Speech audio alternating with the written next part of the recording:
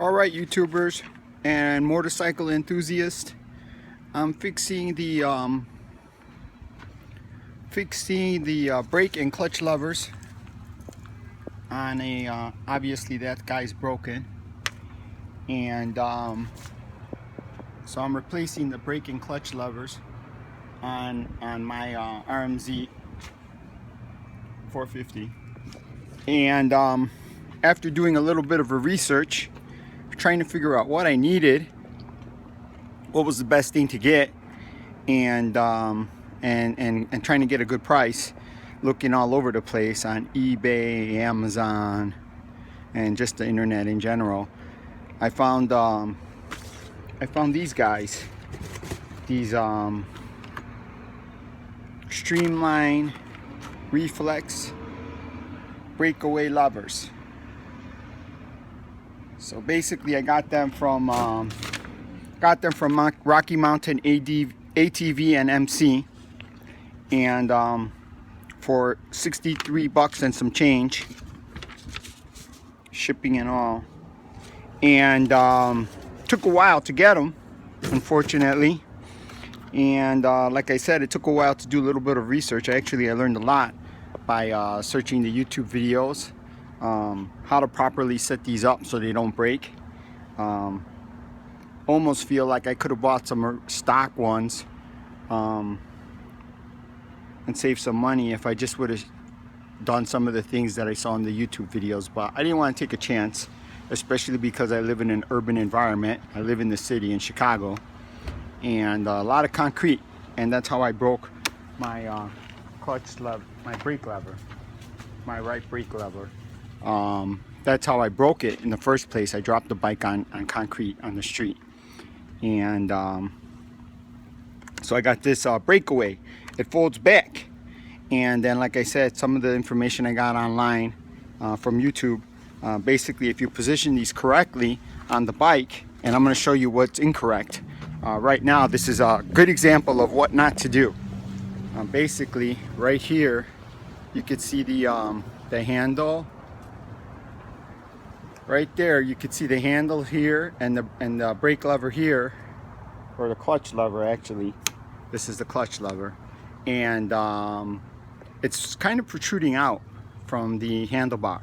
So because it is protruding out, or even with it's exposed, so when you drop this thing, boom, this thing's gonna break off like it did over here. So that's one thing to do. One thing to do is make sure you push it back. Push this back. Push the whole assembly back in towards the bike. In that way towards the bike, so that this is not exposed. But I took it a step further, like I always like to do with my motorcycles and cars. I always like to go one more step, and so I bought the foldable ones. They bend backwards. And so let me get started on the installation. I'm gonna put this here, and I think this might be the easiest fix that I have come across. It's even easier than doing an oil change. Maybe the only thing that's easier than this is changing the air filter, but that depends on a car, not on a motorcycle, because on a motorcycle you have to oil it and clean it and everything else. So hold on, and let's see if we can do this really quickly.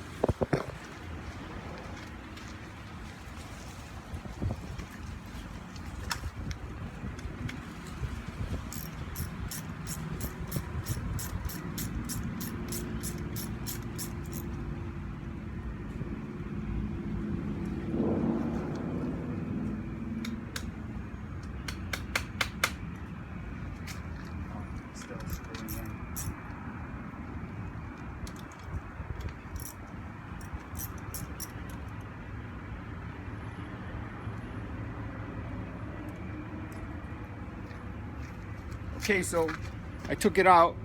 I took out the front brake lever and the broken piece, and you saw me pounding on it. That's because this actually screws into the housing, so that's why it wasn't coming out. So it has to be screwed all the way out, and then on top of it you've got the nut that locks it into position after you screw this in. So I'm gonna get started on putting a new one in. That was pretty quick. I used a 10 millimeter socket, and in a couple of seconds got it out.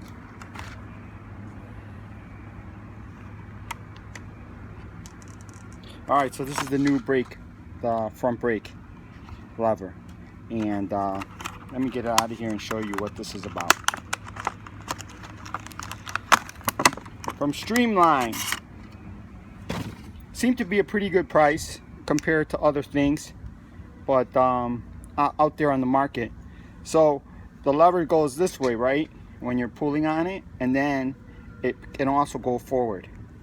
So when the bike is dropped, instead of braking, it'll go forward. So let's get this bad boy on. Let's not waste any more time.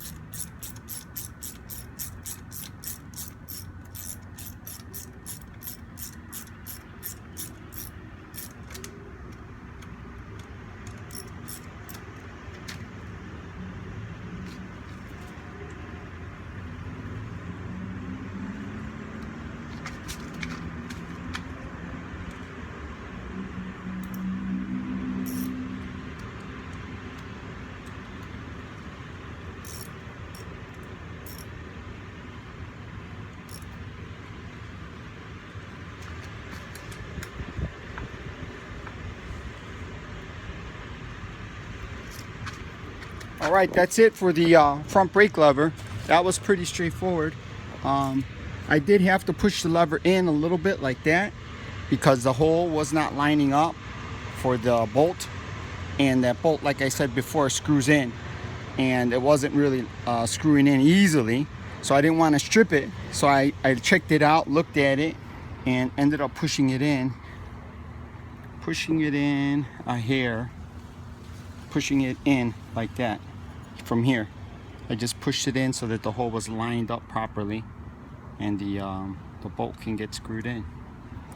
And I'm not so sure if you want to see the other side, but I think I will show you that right now. Hold on.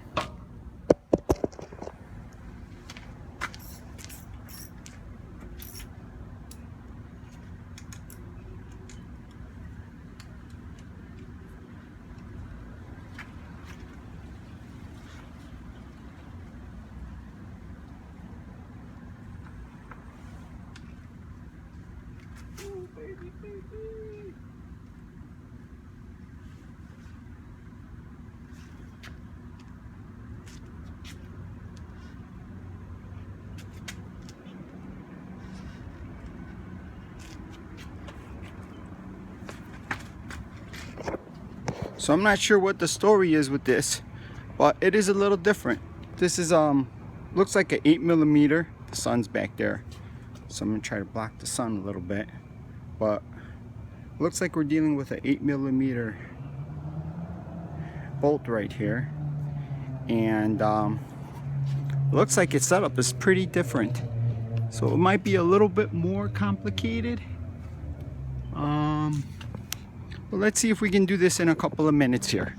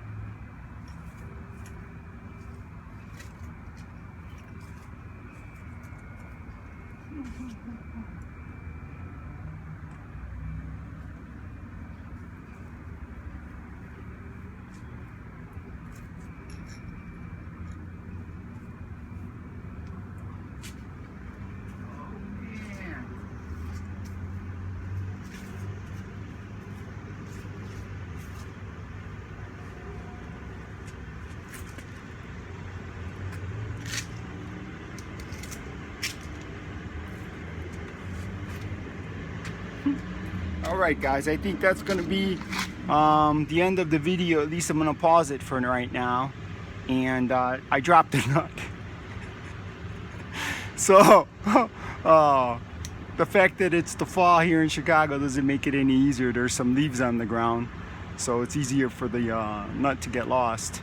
I might have to pull out a magnet if I don't see it in the next couple of minutes and use a magnet to retrieve it. Hopefully I'll find it in the next couple of minutes. So, see you in a little bit.